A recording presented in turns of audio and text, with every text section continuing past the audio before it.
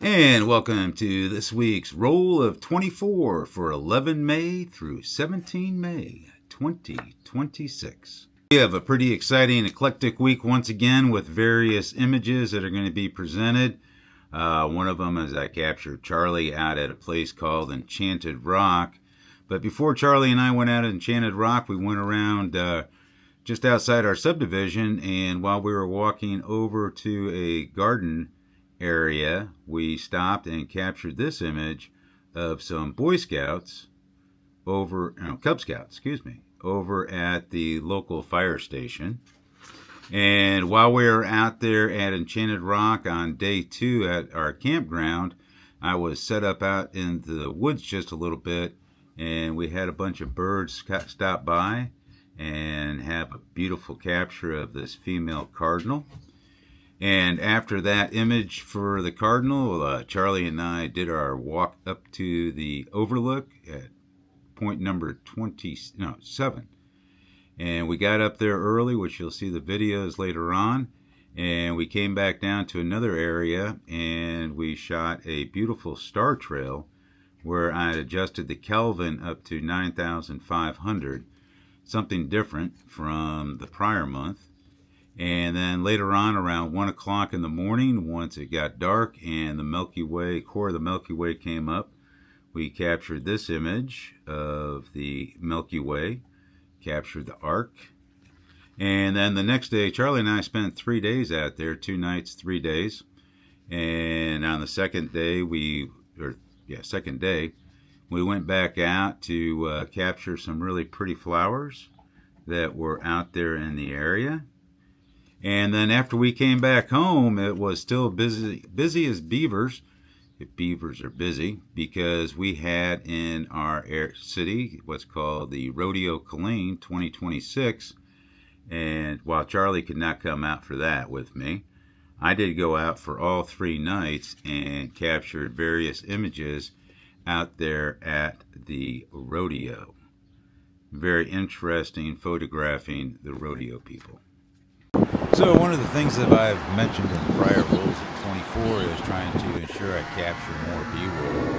And while Charlie and I were walking out to go capture the flowers and the Cub Scouts over there at the fire station, we stopped, and as you can see in this image right here, I'm getting more patient and allowing Charlie just to wander in and out of my frames. And I did record this at 120 frames a second on the Canon R5 Mark II. And so once again, in the past, where he gets into my subject and kind of rolls over and smashes them, I've become more patient. He's going to come out with me, so I just need to learn how to deal with it. There's plenty of flowers to capture out there. And here's another attempt at doing this B-roll. And the wind was blowing really, really fast. And this one, I reset the camera. It's at the normal frame rate of 23.98 and ISO 50. So here is that Texas purple thistle that you saw my poor attempt at capturing in a video because it was rather windy. And as you'll see here shortly, this was done at 1/1600, and the ISO is still 100, fortunately enough. And so very windy. I probably shot maybe 40 or 50 images just to get 1 or 2.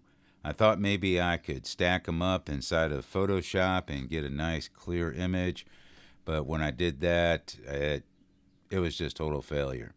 So I had selected just this one, and I'm at f2.8, which you can see at the very top along the 10 to 2 o'clock position. It's kind of blurry, but that's expected at f2.8.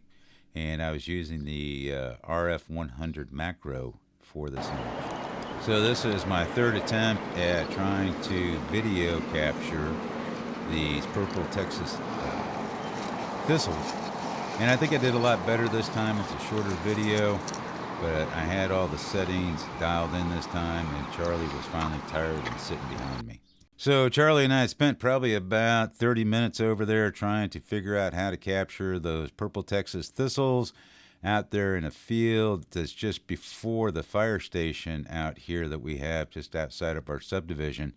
And even though I had the 100 macro lens on, I still thought it was a really cool image. I'd watched these Cub Scouts wandering around the fire truck, and they were getting ready to close down this side, and they moved over. So I had a couple images, but they're just not as good with the Cub Scouts in them. And very bright day. You can see this was done at 6:30 in the evening. But it was fun watching the little kids climb around the fire truck out there in our fire station. So I'm not sure how they organize this. Can you just show up with a group of kids and ask them to pull the truck out, or is this prearranged? Not really sure, but I like the image in the end.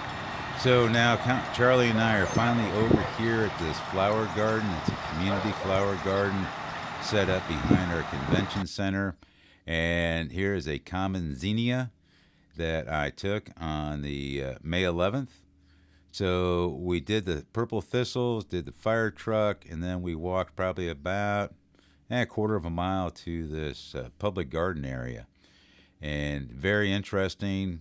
And I had the macro lens. I had it for a purpose. I wanted to start practicing more with the macro. And I've seen macro images where people have caught the butterflies and bees flying around. It is a real challenge, especially when the wind is blowing and you're trying to zoom in. Autofocus wouldn't work, so then I'm putting on manual focus. So this is at 1/250, and because I knew I couldn't stack these later on in Photoshop, I did up the f-stop to f9, and the ISO was set on auto, so I let the camera deal with the ISO portion. So after capturing the common zinnia, I was standing around trying to figure out, do I want to take a photo of the orange, the pink, which colors do I want to capture? And Charlie was doing pretty good. He was still excited. There were two people that were working over in the vegetable garden that they have over here behind this. But on the whole, he was sitting down, well behaved. I do have the stabilizer turned on in camera for this, and I just thought the garden was really nice. And what I was looking for in this image and others was any bees. Very few bees, but you're going to see I finally found one. So after that last image, that was one of the things that I've noticed. I don't know if there's a decrease in the bee population throughout central Texas or how far it spread, but Charlie and I have been out and about. We were up in Enchanted Rock, which you're going to see shortly. Very few insects, pollinating insects that we could see, maybe because it was the time of day. This is near evening. And I thought I was doing pretty good with this. I probably shot about 600 frames. And I did very poorly on capturing the bee wings. I couldn't freeze them in motion. And so now I have learned that if I'm going to try and capture a bee, that I need to up my speed. This is 1/1000 at 5.6. The camera selected ISO 3200. So if I'd gone to 2000 or 3000, my ISO probably would have been 6 or 8000, which is rather high. So here is another image of the bee at almost the exact same time. I'm using, once again, the Canon R5 Mark II, and I had it set for pre-capture and the normal 30 frame per second. So I was just holding this down. I actually filled up the buffer and then had to put the camera down for a couple seconds until everything got wrote over to memory. But this one, a little bit, no better. So that was one of the lessons learned, that if I'm going to try and do this macro of live insects, that I definitely need to adjust my camera settings, because once again, this is 1/1000 and the ISO. So it'll be interesting the next time Charlie and I go out bug hunting, that one, do I remember what my settings have to be, and then two, how successful will I be capturing the wings in motion. So I'd been chasing that bee around. I started at 7 o'clock chasing that bee around, and I captured this bumblebee at 8:56. The sun was going down, but by gosh, I found this bumblebee flying around, and you're going to see a video short after this image, and they fly pretty fast. And so I, once again, was still shooting away probably 35 frames a second or faster using the pre-capture on the camera, using the macro lens really hard. But I did capture the bumblebee a couple times sitting down. And I was just, when I went through all the images of this one where I really got a close image. I'm still at 5.6. As you can see, the rear end of the bumblebee is way out of focus. But I do have, I don't know what their front mandibles are called. Very interesting, though. And so here is the video of me chasing a bumblebee in a public garden at probably 8:56 at night. So pretty comical. But here's the bumblebee in motion, and following is another close-up capture of bumblebee's face. So here is the second of two. Once again, these are cropped in very heavily, but once again, I'm using the Canon R5 Mark II, so it's 45 megapixels, and because it was still so bright out there, when you look at the raw files, some of them are 62, 68, 72 megapixels because it's picking up all the light. The sun is setting, so that was pretty cool because I did not add that back glow. That is coming from the sun that was setting to the west, which I was facing. And once again, though, I've only seen a bumblebee 3 times in my life and never been able to capture one. I mean, I've captured them with the iPhone, but you can't zoom in and see with clarity like you can here. It's just amazing the complexity and detail of these insects and how they survive. And I don't know what that protrusion's called again, but very interesting insect. And so here are a couple more B-rolls of me chasing after this bumblebee. He would come in the area, sit, and so I'd do that, and then they would fly. It would fly off, and it'd go about 6 or 8 feet away, land on another plant, and then it would come back to these plants that were right in front of me. So after a while, I figured out the insect's pattern, so I didn't have to try and chase throughout the whole garden. And I did record this in slow motion. So this is slow motion at 120 frames a second, but you can still see how fast they're moving. And once again, there was wind blowing the flowers around. I have no idea what these flowers were called. I didn't have a clear enough image in order to Google and find out what kind of flowers these were. But this bumblebee really enjoyed it. But here's the whole thing is the regular honeybee, or bee, I'm not sure if they're honeybees, it was not over here on these. It was stuck on the common zinnias and on a different purple colored flower that was out there. So in the end, Charlie and I spent about an hour and a half, 2 hours out there chasing insects. Well, we started chasing insects. I went out there primarily for the flowers. And welcome to a day of Roll of 24. We are out at Enchanted Rock here in Fredericksburg, Texas. And Charlie and I are getting ready to head out to capture a sunset at 8:30ish, and then we're going to hang around out there on top of this overlook and capture the Milky Way that's supposed to come up somewhere around 12:30, 1 o'clock. And here is a picture of the park campground area. We're at location number 18, which is right along the wood line here. And the intent was to bring the C-Star S50 telescope. Perfect spot to do some astro, and we left it at home.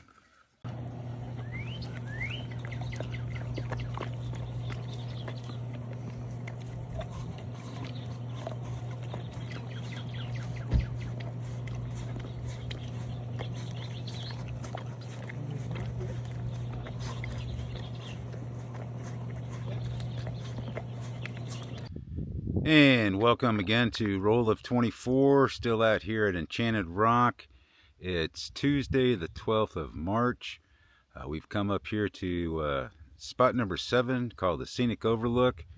And it doesn't look to the west, so you actually cannot see the sunset. There's private property. There's a fence over there and signs that say keep out. But the primary reason why we're up here is to scan around here. So we got some pretty light off the mountains. Took a couple panoramas. But as we slowly come around over here, and I don't know if I can get this thing to zoom in or not, but right there is where the core of the Milky Way, according to photo pills, should be coming up. And the whole intent is to capture the arc. And once again, according to photo pills, it should be able to capture it all the way over to yonder. So we'll see how this works out. And so it's still Tuesday. It's almost 9 o'clock. The sun has gone down. And we've got the Milky Way didn't come up till midnight, 1 o'clock. So we've come down to a new location, and we're going to try and do a star trail. And we set the Kelvin to 9,500. The last time I had it at 3,200, and it was all blue. Now we've gone up into the orange range, so we're going to see how this turns out. And let's see how I get this thing pointed. So I've got the top of that tree right there. Hopefully that's where Polaris is, according to photo pills and another app that I use. So we'll see how well this turns out. So as you can see, Polaris was not behind the top of the tree branch like I had envisioned it. Couldn't do anything about that because between me and that tree is a 20-foot crevice. And my camera is probably about 4 feet off of the edge, or before the edge. And I was rather concerned because Charlie was wandering around on his leash, dragging it around behind him. And I'm always just worried that he might get the chain rope caught around one of the legs or something of the tripod. And I had my brand new RF 14 millimeter set up on the camera. And what's interesting though is I ran out of coffee. And so it's about a mile back to the campsite. And I was like, I still got 2 hours to go. So I left the camera and all my gear up there, and Charlie and I walked back, and I got a new thermos of coffee, and we hoofed it all the way back.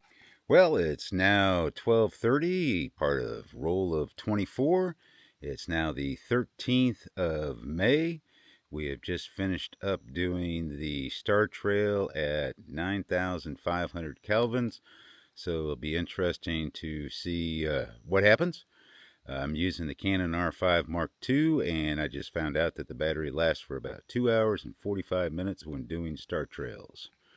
Let's see if we can see anything up in the sky here. Let's rotate this around.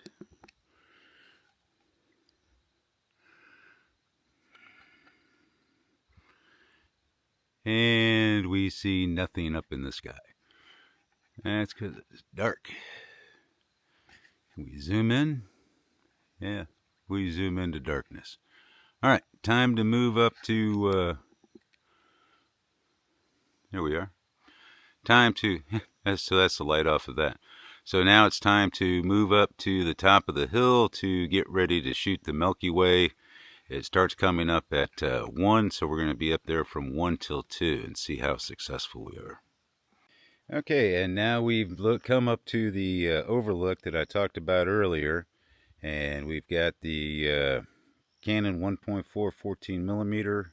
We're going to shoot that first for about 45 minutes, and then I'm going to switch over and put on the 50 mil and turn it into portrait and see how that turns out. I've watched a couple other people shoot the Milky Way at 50, so I'm just curious to know how it turns out.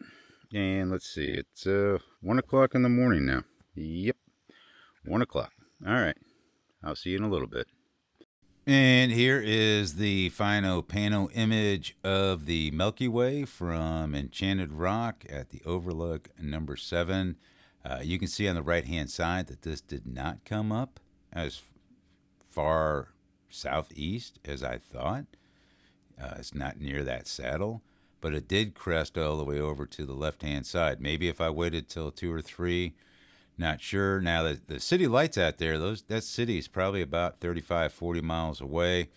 So I'm still struggling to find a dark space to shoot from at night that has public access. And that is one of the reasons why I went here. And now you notice I did 25 seconds. I was doing a whole bunch of different intervals just to check out this new lens. This is my first time taking it out here. 1.4 probably really wasn't the best. I was able to shoot at ISO 800, where normally I'm shooting at 3200. And here is my purposeful picture for the week that I was out there. In a sense that, let's see, 11 through 17 May. When I drew the item out of my camera lens bags, it talked about meaningful location. And I knew that Charlie and I were going to be out there in the woods. And this is done at around 3 o'clock in the morning, 3:01 in the morning. So after Charlie and I got back, it was a 1.25 mile walk back out through the night. And so I set up the flash inside that little hollowed out log next to the tree, put the flash in there, and set the camera up. And the reason why this is meaningful is I spent 21 years in the Army. In those 21 years, I spent 14 of those years out in the field, basically living in nature. I was a professional camper in the U.S. Army for 21 years. So here we are on day 2, and you can see here it's 11 o'clock in the morning. I think Charlie and I have been up maybe for an hour, hour and a half. He was exhausted, but this is a public campground, and there's probably about 25 other campers, all tents, in the area. So, of course, other people were making noise. And then eventually Charlie started barking at people walking by our tent. So, of course, that woke me up. But here's a golden fronted woodpecker that was at a tree right in front of us. And I've never seen one before, let alone photograph. And so for my camouflage, that picture that you just saw, that's where I was sitting at in the morning. Why? Because the chair was still left there. So I made some coffee, sat in there with the 500, and I'm using the R6 Mark II now for the smaller file size, and I spent about 3 hours capturing pictures. So I'm not saying that this is a unique picture of any at all. We have squirrels that live in our yard, and Charlie chases them every morning while they come in and try and eat the sunflower seeds that are in the bird food. But I just loved how this squirrel was positioned there at this time of day at 11:10 with the sun coming up and the shadows and everything. And it was just standing there for probably about 2-3 minutes. And then Charlie saw the squirrel and tried to chase after it. Thank goodness I have him tied down. And so Charlie had a field day trying to capture squirrels out there. This is 1/2000 because I was shooting or photographing the birds. So I had the setting up higher, and the camera selected the ISO of 800. So it's just a unique picture to me of a squirrel from what I normally see around my house. So if you look at the timestamp, so this is about 15, 17 minutes later. And what's funny is I'm focused on the golden fronted woodpecker, but here the squirrel, it looks like he's staring right at me, and like, it'd be cute if his paw was up and, hey, I'm over here, I'm over here. I love this though. You see that little dot coming up? That's one of the insects. He had just popped out of the wood. And normally when I'm listening to woodpeckers, I always hear the peck, peck, peck, peck, peck. But I didn't hear anything from this woodpecker. But you can see other holes in there that the woodpecker has worked on. And I just got so excited once again because I've never seen one of these golden fronted woodpeckers, let alone have one land and feast right in front of me long enough for me to capture. You can see I'm up to 1/4000, really trying to freeze motion here of this woodpecker because they moved really fast in the end. So what was interesting to me, once again, this is that golden fronted woodpecker, is because I live in a subdivision and there's plenty of stray cats and other people's cats that come out at night. Rarely do you ever see birds just land in the grass and spend any amount of time there. But this woodpecker came down in probably about 2 or 3 minutes before it flew back into the tree and then flew back down. I guess maybe it had gotten some food out of the tree and dropped it, and it's like, where are you at? I wonder if the 5-second rule applies to woodpeckers as it does to me if I drop something on the floor. But I just loved how the morning sun was peeking around and highlighted the golden fronted woodpecker's head in all of its light. And that was one of the struggles with following this woodpecker around. A lot of times he would get in that left-hand side of the tree, which was always in shadows, and those pictures did not turn out. So I took Charlie over to, well, actually we drove because it was getting warm out there at noon. And while I had some fans, they didn't help when the sun's coming straight down.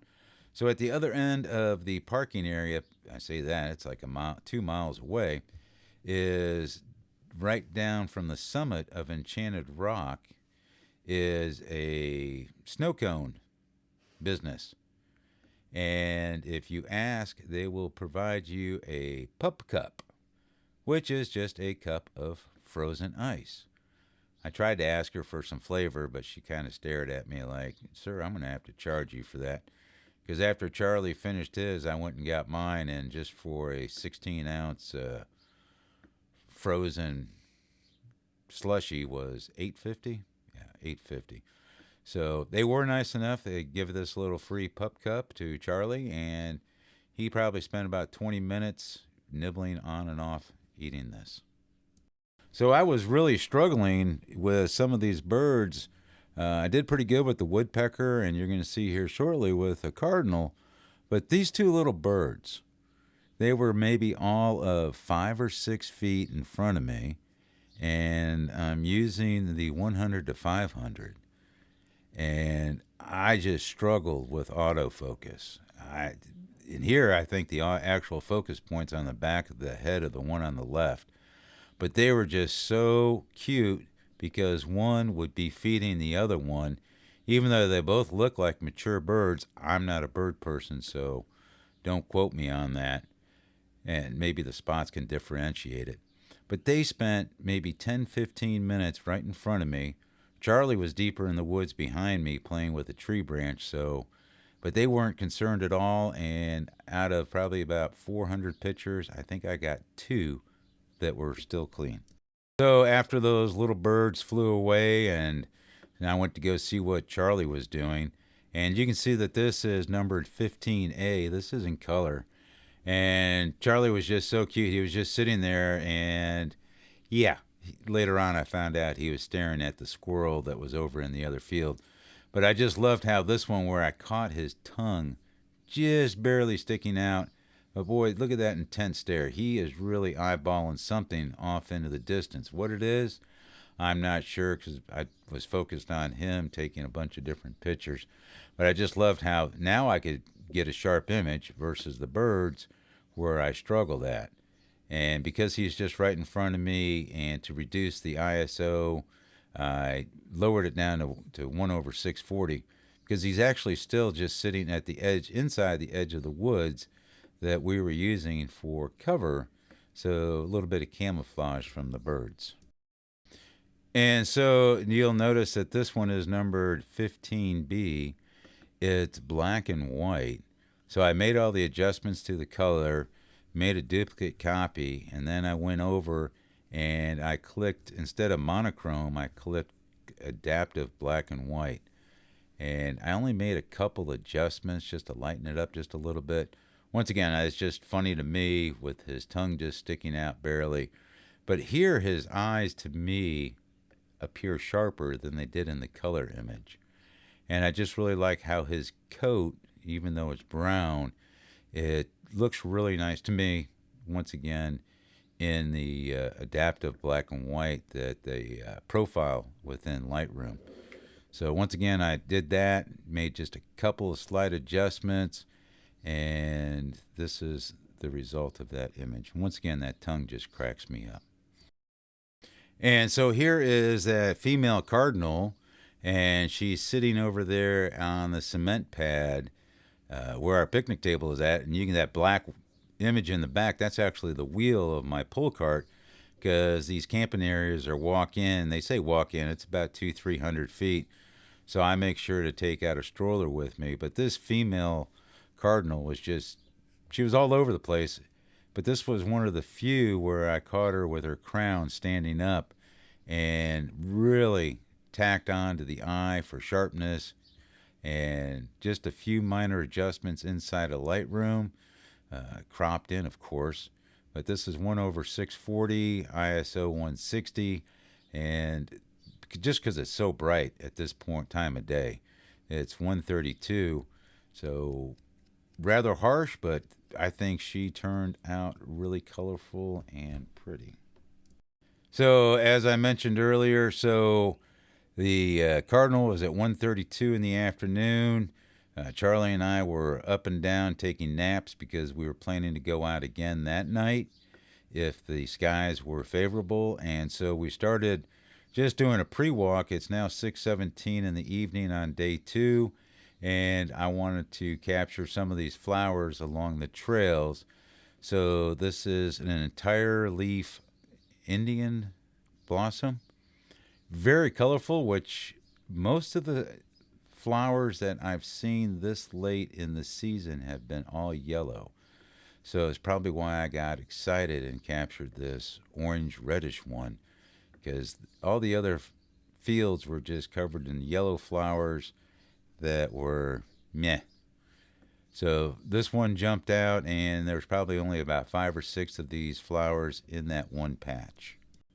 So this is a 5-frame panorama, and we were walking up the trail that goes up to the overlook number 7, and Charlie was wandering off to the right-hand side. He went up a slight embankment. It was probably about 2 feet up, and he was pulling on the chain, so I'm like, whatever, we're just out here moseying around. It's now 6:35. And so we walk about 15, 20 feet, get up this little rise, and then this opened up in front of us, a little cut valley right in front of us. And once again, I'm using the RF 15 to 35 on this. And so you can see a little bit of bowing in the clouds that were caused by this, because I was at 15 millimeters, so we got a little bit of distortion. But overall, it was just really pretty. The sun had popped back out. As you can see, we've had a lot of clouds throughout the day. And needless to say, the clouds came back with a vengeance, and we were not able to go back out and shoot that night. So this image was done down there at the campsite. And before Charlie and I decided to pack up and go back up to the overlook, we walked out some so we could see to the west. And this was just the beginning of a cloud bank that eventually rolled through. So this was very pretty, but kind of discouraging, because where this was coming in, there were more clouds to follow. And the whole plan was to be out there for 2 nights and 3 days. And so the second night was just as a backup night in case night 1 didn't work out, which I really wish we'd had an opportunity, because a lot of the images for the Milky Way, I had the wrong camera settings, or, oh no, the tripod, something was loose on that and caused a lot of wobble.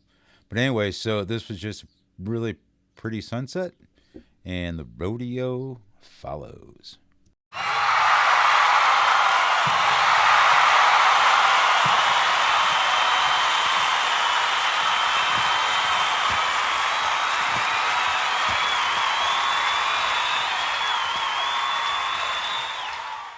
So the last 6 images in this week's roll of 24, or 4 photos for this week's roll of 24, is of the Killeen 2026 Rodeo. And it was very unique, very challenging. I probably shot over 7,000 images. Out of 7,000 images, I would say 3,000, 4,000 of them were blurry, rear end shots, missed opportunities, or just too far away. I was using 3 different cameras, 3 different lenses, and so it was a struggle to shoot through the fence and not get the wires in there, which you cannot see in this image. And this image is this event took probably 200 feet away from me on the left-hand side, so it's very challenging.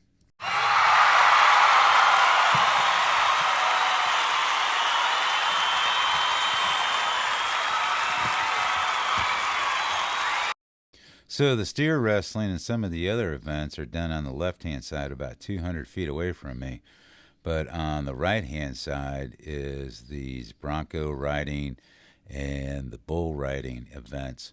And from last year to this year, I figured out that once they open the gate, the animals usually rush out about 15 or 20 feet, and that puts them right there in front of me.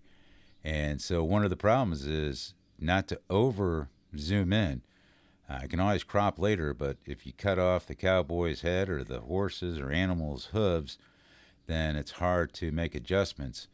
And so this is a slight crop in, and this was probably about 30 feet in front of me. There's a couple times and other images not in here where they were coming literally right at me.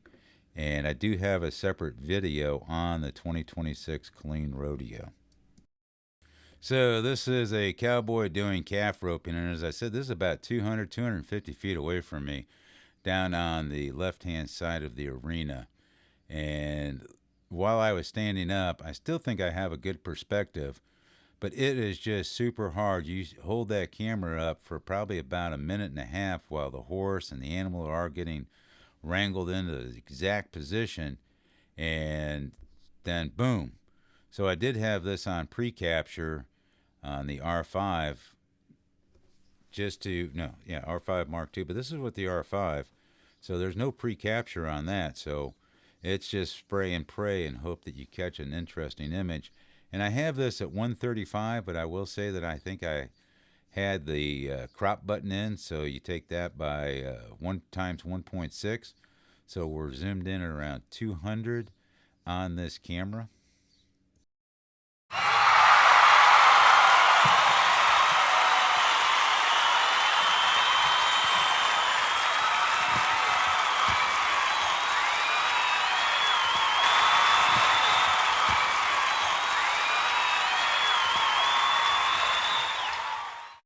So one of the interesting things about the Cowgirls and their barrel racing is this is probably one of the longest events of the whole thing, in a sense that the average times were 16 and a half to 18 seconds. All the other events, the calf roping, steer wrestling, bronc riding, we're talking anywhere from 3 to 5 seconds to no more than 8 seconds for some of those events. So very interesting watching these cowgirls go around these barrels. I just love the expression on the horse's face here. And it's a very fast event, so I did do better this year, I think, in panning from left to right or right to left as they came in to the arena, and then after they hit that last barrel, speeding away. There was one cowgirl at the third barrel that actually fell off her horse because it took the turn just too rapidly. Very interesting night.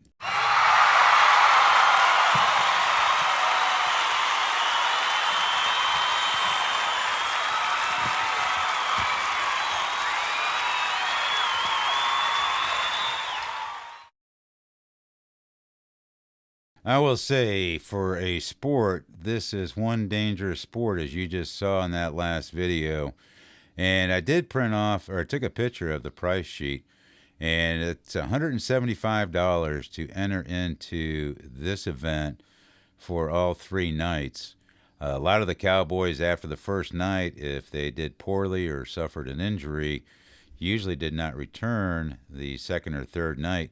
And I come to find that out, the event on Saturday, the third night, I think we were done in about an hour and 30 minutes, maybe an hour and 45, where the first night it took 2.5, 3 hours for the whole thing to occur. But here's a young man, a young cowboy on this male cow and just throwing them all over the place. And I have one more image. I have a bonus image because last week's roll of 24, I shortchanged everyone. So here is the bonus image. that I promised. And this is taken with the Canon R5 with the RF85 1.4 lens on there. And that was one of the things I did find, is that the 1.4 lenses versus the f2.0, they do matter. The ISOs were a lot lower on the f1.4s than they were on the f2 lens.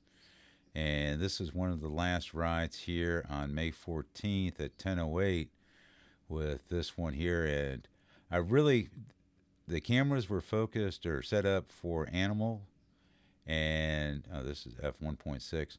So the animal's eyes were what I was focusing on, and not the cowboys or cowgirls. One, because in these events they're all wearing masks, and there's no way that the camera can see inside those masks to capture their eyes.